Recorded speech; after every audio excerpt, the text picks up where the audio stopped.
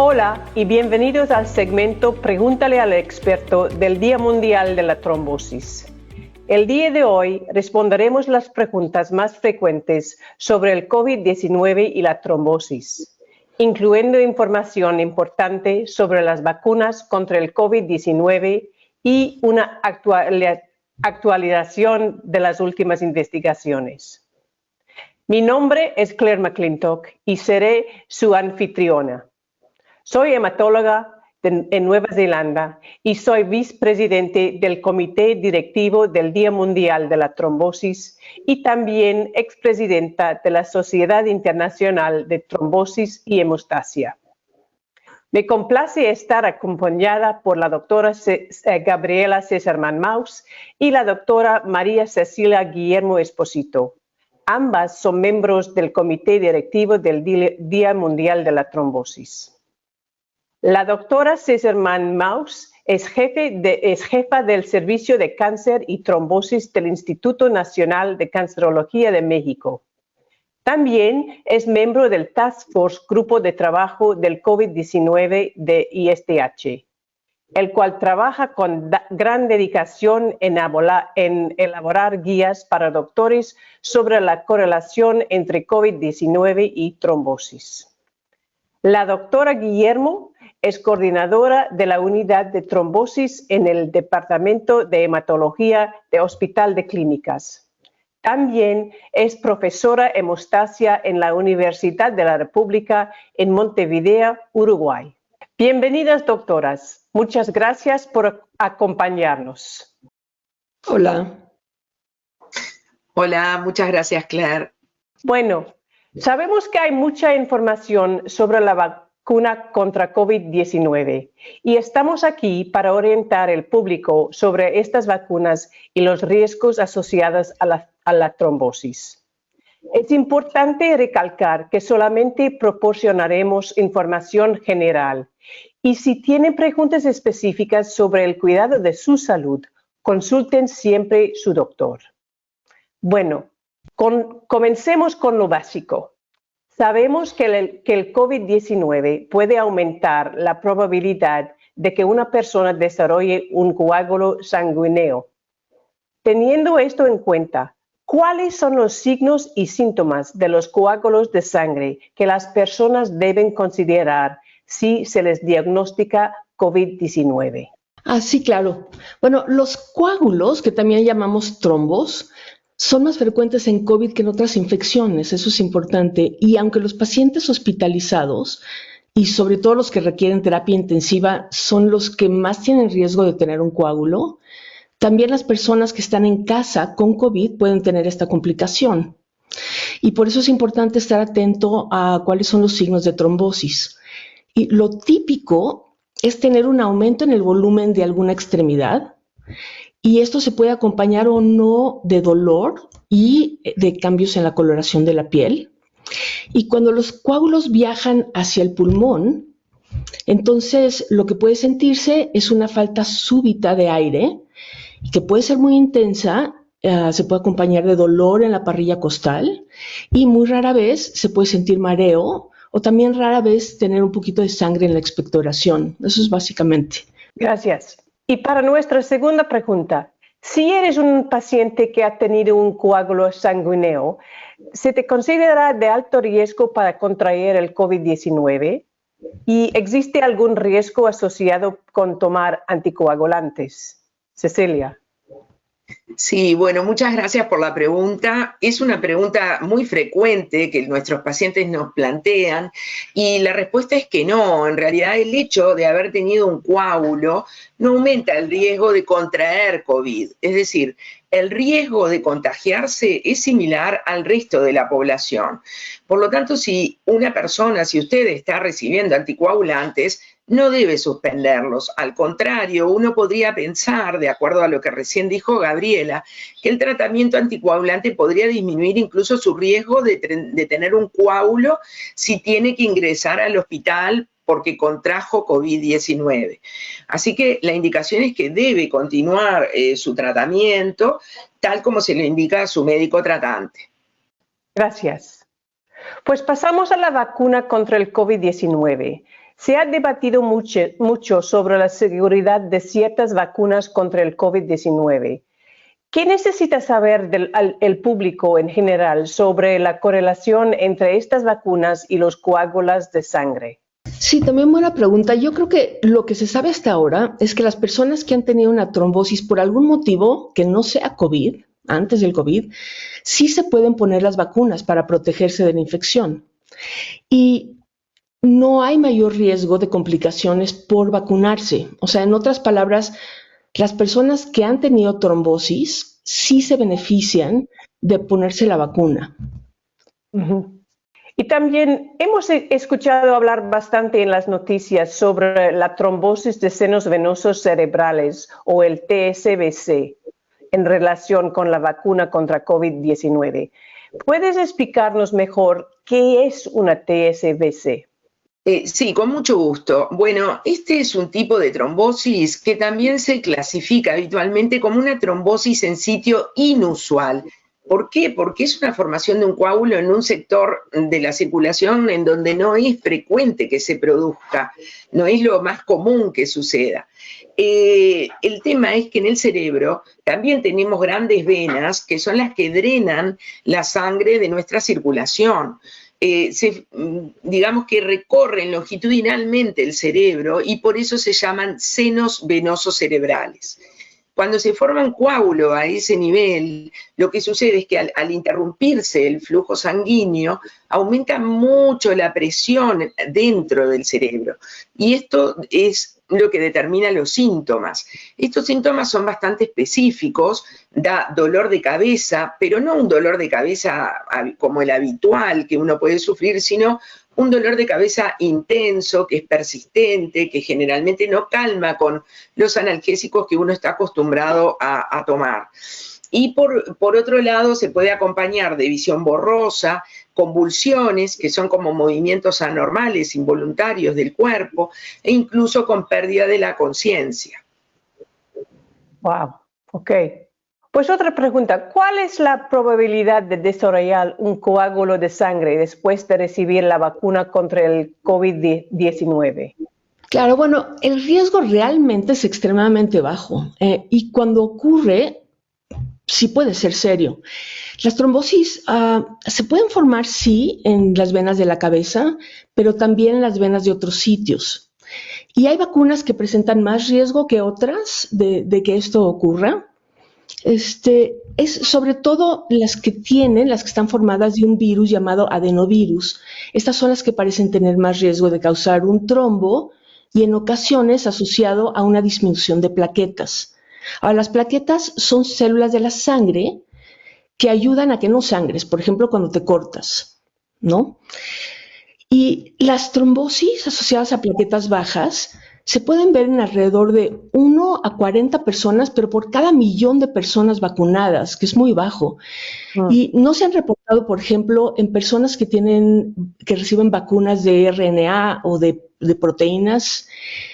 Y lo importante es que hay que recordar que los primeros 4 días después de que te ponen la vacuna, generalmente vas a tener síntomas, o no tienes síntomas, o cuando tienes síntomas puedes tener mal estado general, dolor de cabeza, pero sin embargo, si entre el día 5 y el 28 después de la vacuna, si notas un dolor de cabeza extremadamente intenso, o alteraciones en la visión, o dolor abdominal intenso, o signos de trombosis en extremidades, bueno, es importante que acudan a los médicos para que vea cuál es la causa del dolor y para que haga una biometría hemática y cheque cómo están las plaquetas.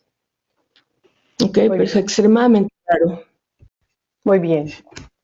Pues esto nos lleva a la siguiente pregunta. Hemos recibido muchas inquietudes sobre pacientes con anticoagulantes. ¿Deben los pacientes que toman anticoagulantes preocuparse por recibir la vacuna contra el COVID-19? ¿Los pacientes que han sufrido un coágulo sanguíneo tienen un mayor riesgo de desarrollar complicaciones? Bueno, esta también es una pregunta muy interesante y que también los pacientes la hacen mucho, los inquietan mucho. En realidad no hay ninguna contraindicación para las personas anticoaguladas para recibir la vacuna.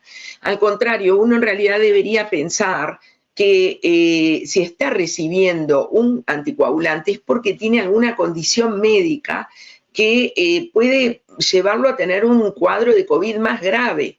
Por lo tanto, es muy importante vacunarse. Uno diría que tienen que vacunarse casi prioritariamente estos pacientes.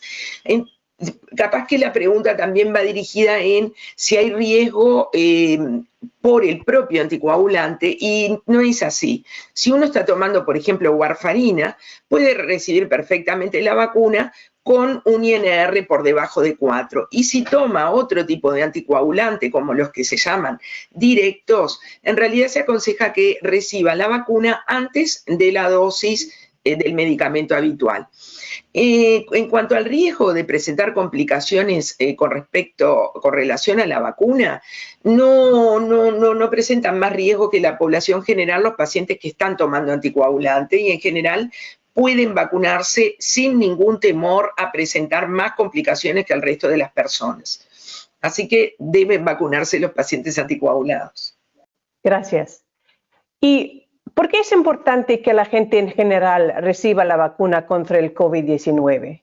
Bueno, esto es terriblemente importante, ¿no? Es la única manera que tenemos de protegernos a nosotros mismos y a nuestras familias, amigos, colegas, desconocidos. Si no estamos vacunados, podemos enfermarnos y contagiar a otros. Y los países, por ejemplo, en los que tenemos un porcentaje alto de personas que están vacunadas, ya están reanudando una vida económica y social sana y normal. Nos vacunamos para protegernos de COVID, como nos vacunamos para protegernos de polio o de hepatitis, ¿no? La diferencia es que el COVID es mucho más común y el riesgo de contagiarse por el virus de COVID y de morir o de quedar mal, por ejemplo, del corazón, de los ojos, de los riñones, de la capacidad para concentrarnos, es mucho mayor. Y millones de personas a las que les dio COVID han quedado con gran ataque al estado general que les impide regresar a trabajar normalmente. Entonces, la vacuna, aunque no evita completamente la posibilidad de infectarse, sí disminuye muchísimo el riesgo de tener una enfermedad grave. Y no existe ninguna razón buena para no vacunarse. Las personas que ya tuvieron COVID también deben de vacunarse. Cerca de 1,5 billones de personas en todo el mundo ya se han vacunado y realmente lo hacen para protegernos a todos. Sí. Pues otra pregunta, ¿podrían hablarnos de alguna nueva investigación a nivel global relacionada con el COVID-19 y los coágulos sanguíneos?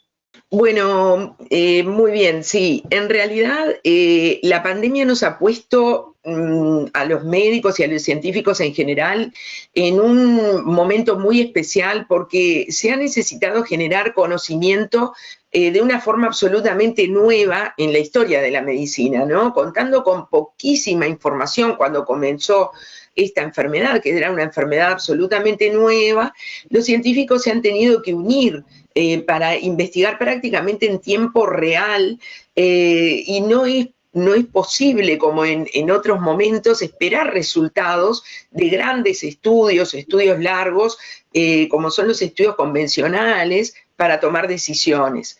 Específicamente sobre coágulos y COVID, la verdad que ahora contamos con muchísima información sobre los mecanismos por los cuales el virus lleva a generar los trombos.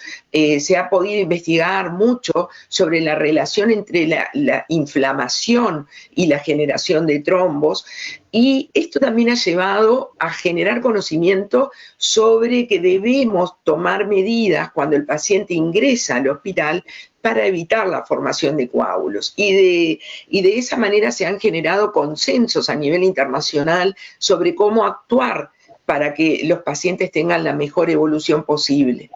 Y también se continúa estudiando sobre cuáles son las mejores medidas o las mejores dosis de anticoagulantes que se deben utilizar en el hospital en los diferentes escenarios que tiene que enfrentar un paciente.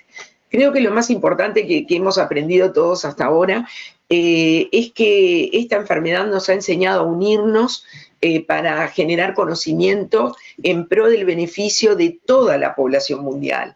Creo que en este caso la globalización fue positiva en el sentido de que solo trabajando juntos podemos vencer, en este caso, un enemigo común, ¿no? Así que también ha sido un gran avance para la ciencia. Sí, seguro. Pues la última pregunta, ¿cuál es el estado de la pandemia de COVID-19 en América Latina?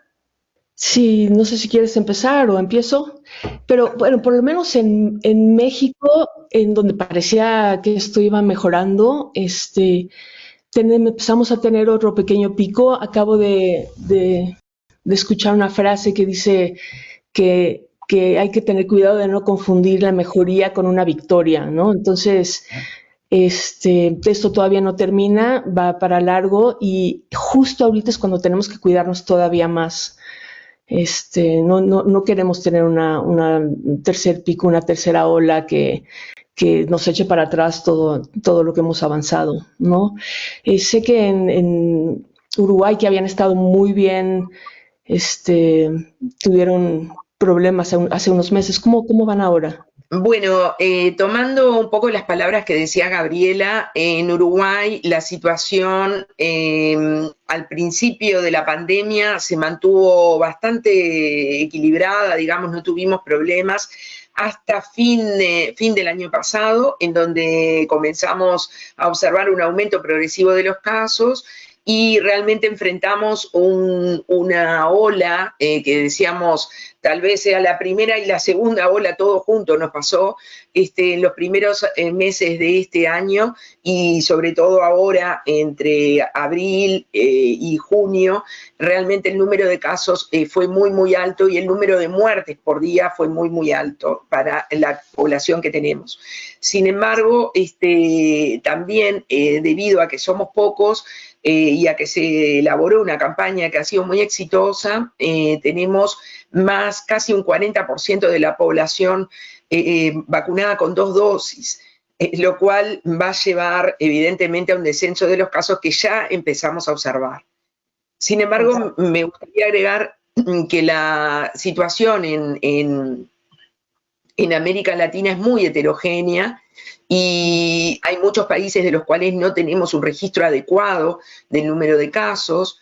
El acceso a la salud es muy diferente en los diferentes países. Esto ha hecho que la pandemia se viva con más dificultades en algunos, con un mejor acceso a la salud en otros, y también el acceso a las vacunas ha sido muy diferente en los distintos países de América Latina, con acceso tardío a las vacunas, con un acceso que no ha sido, digamos, persistente, a veces con llegadas de vacunas y después tiempos en donde no había cómo acceder. Entonces, realmente la situación en América Latina es bastante heterogénea y es preocupante. Es una región que todavía está con muchos problemas en relación a la pandemia. Así que me gustaría repetir las palabras de Gabriela, que esta pequeña mejoría no constituye una victoria y que tenemos que mantener las medidas de prevención y cuidarnos y continuarnos vacunando, que va a ser la salida para el mundo entero de esta pandemia. Sí. Bueno, muchas gracias, doctoras, por su valiosa experiencia y orientación. Les agradecemos por su tiempo. Para obtener las últimas actualizaciones y informaciones sobre el COVID-19 y los coágulos de sangre, visiten el sitio web del Día Mundial de la Trombosis, worldthrombosisday.org. Cuídense mucho y gracias por acompañarnos.